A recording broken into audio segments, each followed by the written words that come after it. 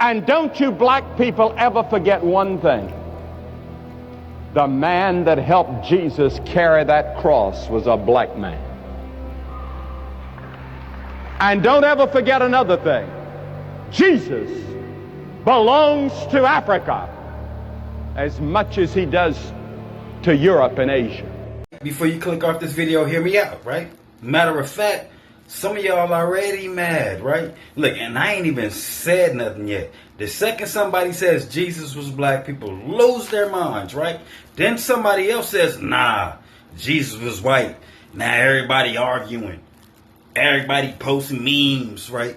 Like everybody quoting people they ain't never even read. Like, come on, man. And almost nobody is asking the only question that actually matters. What does history say?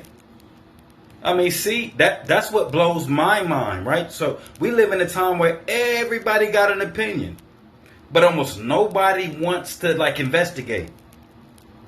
Why is that? And let me make something clear before we even start, right? Like, I'm not making this video to make white people mad. Like, I'm not making this video to make black people feel good. I'm making this video because I care about the truth. And if the truth makes me uncomfortable, then so be it. If it makes you uncomfortable, then maybe that's exactly why we need to talk about it. So today, we're putting the patents down, right? Let's put the patents down. We're putting the politics to the side. And we're going back, right? 2,000 years to find out what history actually says. You know what's crazy though? Billions of people know the name Jesus. Probably the most recognized person in human history. Yet almost nobody can point to a verse in the Bible that actually tells us what he looked like. What's going on? Think about that. The Bible tells us where he was born, who his mother was, who his disciples were, what he taught, how he died, how he lived, but it never comes out and says Jesus had this color skin. It doesn't. Go look. So here's my question. If the Bible doesn't tell us, where did everybody get their picture from? So let's leave the paintings alone for a second. What do historians actually agree on? Jesus was Jewish. That's not controversial. He lived in first century Judah. That's not controversial. He grew up in the Eastern Mediterranean. That's not controversial. Now stop and think. Do you really believe someone born in that place at that time would naturally look like somebody from medieval Northern Europe? Or would he more likely resemble the local Jewish population of the first century Judah? That's the question historians ask. Right?